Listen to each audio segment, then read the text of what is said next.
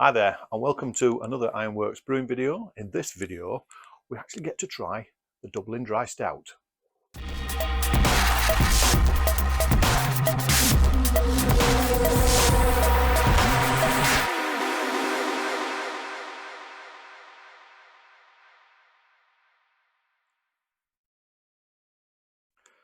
Okay, well I can't wait for this. This is my first attempt at forced carbonation with the 70% nitrogen and 30% CO2.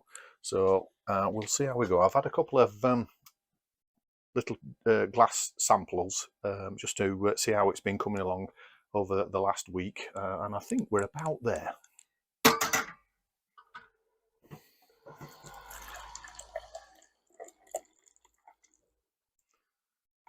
Oh yeah, it's got good bubbles already.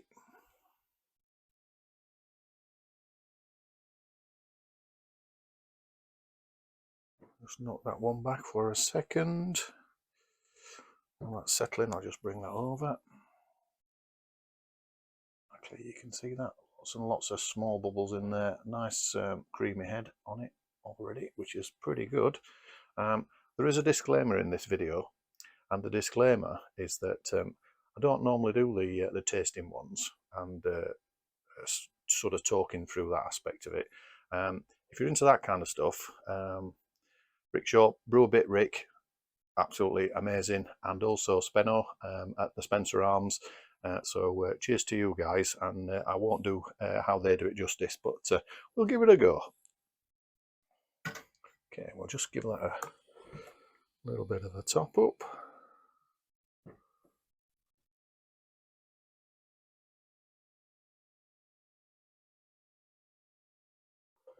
Now, first impressions on that is, well, one thing, it's good colour. Just holding it up to the light that's over there.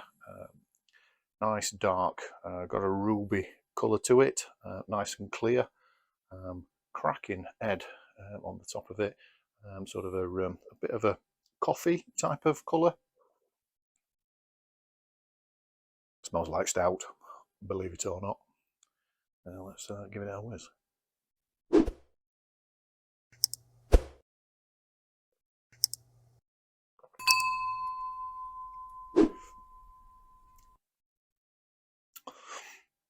Oh yeah, definitely getting the roast barley, the roasted flavour. Puts me in mind. It's not a Guinness, definitely stout. Very more towards a Mackeson-y type stout, perhaps. For those of you who are old enough to remember Mackeson, yeah, really good head retention, nice colour.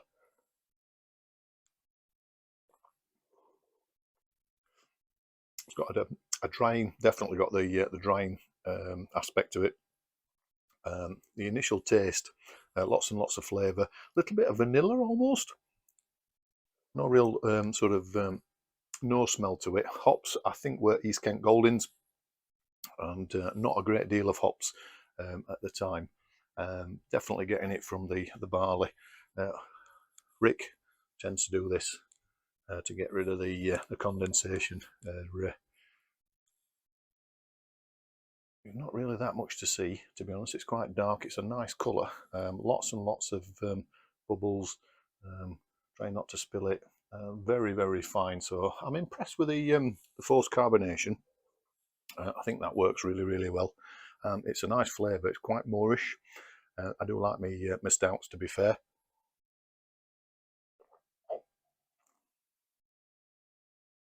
Look at that's clinging on. I think the other thing as well is I've been watching Spenno at the Spencer Arms, and he's fastidious with his glass cleanliness, and I must take a leaf out of his book. Although that's not looking too bad, I don't think. Spenno, what do you reckon? Please give me marks out of 10 in terms of glass cleanliness. But yeah, no, looking pretty good. Nice bit of lacing right around the glass as well.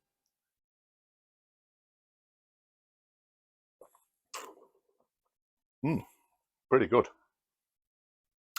I think that's certainly quaffable. I've got the keg. There's been a video posted, I think it was last week, which is the kegging and bottling. This has been, like I said, force carbonated with 70% nitrogen and 30% carbon dioxide mix. It's been in there for about just under a week. I started off at 40 psi and I've dropped that right down. I kept, like I said, taking a small sample just to see where we were getting at. Like I think I've mentioned in other videos, I don't like stuff overly carbonated anyway, but because it's obviously the nitrogen, I get that nice mouthfeel as well. It's really, really smooth. That you get that sort of lingering bitterness at the end, but it's not overpowering as well. Other sort of flavours and smells, not much from a smell point of view. Other flavours, definitely some like sort of coffee. I guess that's the roasted barley aspects of it. But yeah, not much else. Like I said, maybe a slight tinge of vanilla in there as well. The cat's just come to join me. Yeah, all in all, I'm pretty impressed with that. And it's holding the glass really, really nicely all the way down. What can I say?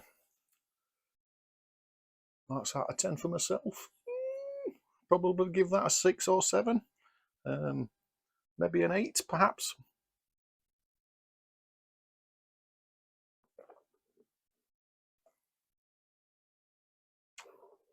You can tell, just as you sort of where you've taken a swig from, holding onto the glass all the way down. That's an absolute cracker. I can highly recommend that. That's the Malt Miller Dry Stout. On the instructions, it actually calls it a Dublin Dry Stout, so you'll probably see me. I'll post that in.